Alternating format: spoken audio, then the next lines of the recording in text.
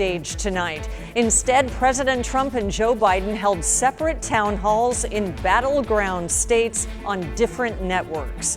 Good evening. I'm Kimberly Hunt. ABC 10 News reporter Anthony Pura has highlights from both town halls. Anthony. Even though there were two different town halls, two different locations, there were issues that were so important to many Americans that they were brought up to both candidates. President Donald Trump and former Vice President Joe Biden held two separate town halls Thursday. Biden was in Philadelphia in an event hosted by ABC News. He was asked several questions about the pandemic, like whether he would mandate Americans to take a vaccine for the coronavirus. Depending on the continuation of the spread of the virus, we should be thinking about making it mandatory. How could you enforce that? Well, you couldn't. That's the problem. Just like you can't enforce measles. You can't come to school unless you have a measles shot. The president also answered questions about the pandemic in a town hall event in Miami, hosted by another network. The president was asked whether he expects Congress to pass another stimulus bill. Did you ever hear of a word called negotiation? We're negotiating, okay? But people's lives are hanging in the balance.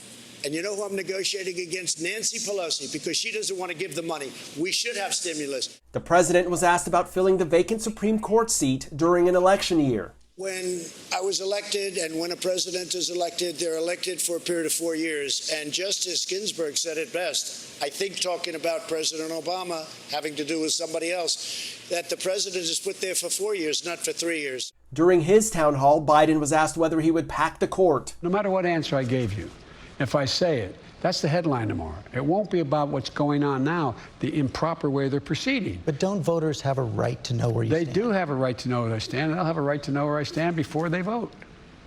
So you'll come out with a clear position before Election Day? Yes, depending on how they handle this. Both were asked to explain their positions on police reform. We have a senator named Tim Scott from South Carolina. He came up with a bill that should have been approved. It was great. It was a bill that was strong in terms of law enforcement and strong in terms of enforcing the proper thing and doing the proper thing by law enforcement. We shouldn't be defunding cops. We should be mandating the things that we should be doing within police departments and make sure there's total transparency.